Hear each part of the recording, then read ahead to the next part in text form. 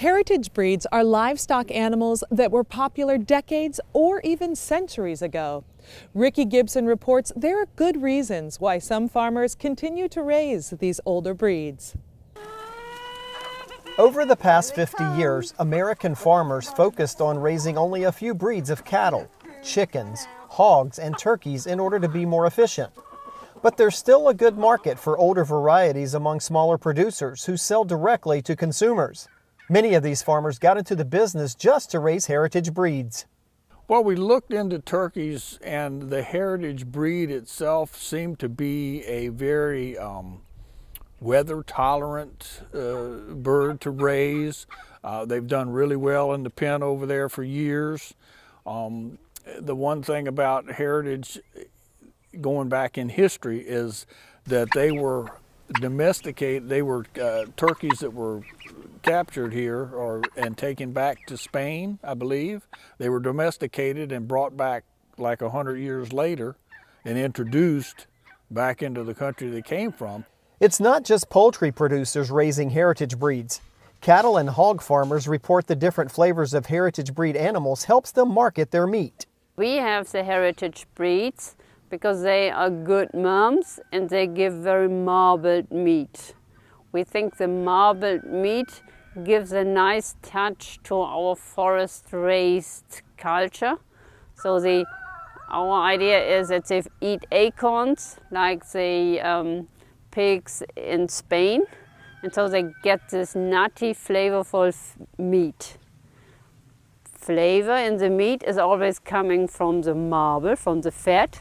So we needed pigs with marbled meat. Flavor is just one of the factors that bring customers to these growers. Virginia Tech swine professor Mark Estienne says during his career, he's seen more farmers get into the business.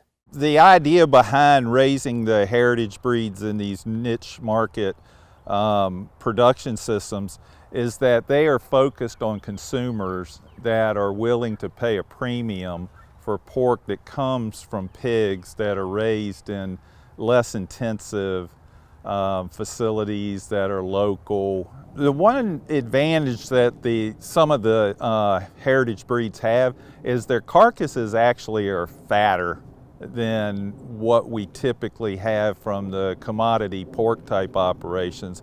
And you know, that fat will make the eating experience better. The pork chop tends to be juicier, and that's why a lot of people prefer that type pork. Estienne has also conducted research trials with heritage breed pigs, checking if some of their genetic traits would improve hogs in commercial swine operations. It was very interesting. The Tamworth, actually, we used, they grew at a rate that was not too dissimilar from the breeds that are being used in large-scale operations now. But the bottom line was, like I mentioned previously, the carcasses were fatter, more back fat on them. But overall, it was, a very good set of carcasses. In addition to different tasting meat products, scientists and farmers want to keep the genetics of heritage breed livestock available in case those genes are needed for future purposes. Estienne notes one group of heritage hogs have been isolated on an island off the coast of Georgia since the 1500s and have developed a tolerance for high temperatures.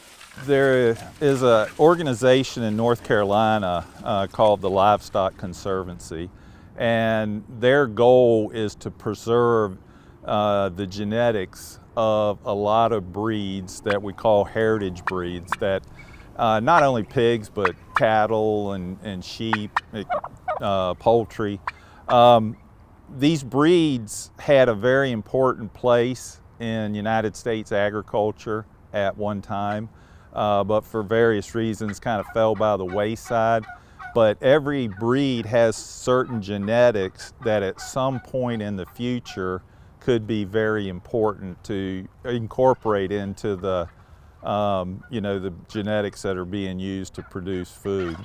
Heritage breeds thrive in outdoor environments. Some producers count on that and incorporate it into their farming operations. BRUNS has more than 100 hogs and a thriving business selling them direct to consumers. These pigs are our landscapers. You don't need to burn fuel on it. You don't destruct anything. They have a lot of space, so they do it in a very soft, natural, sustainable way. And this is why we have them. We don't want to go into the landscape with a bulldozer. We want to do it, have a soft, sustainable, slow motion. So they fertilize and they accelerate the clearing. So they are going for the roots. And this gives also for the pigs a nice flavor. So it works for both. ROSENFELD raises chickens, ducks, sheep, in addition to turkeys. It's a business they enjoy. We enjoy it, sure, you know, as farmers for a market, but then also the turkeys are fun. I mean, as you were filming them a while ago, they're just chattering and cackling, and they're just a precarious animal, and they just entertain you. Our pride is our customer gets always very fresh meat. We don't want to have anything in the freezer what we cannot sell. Then we take a break.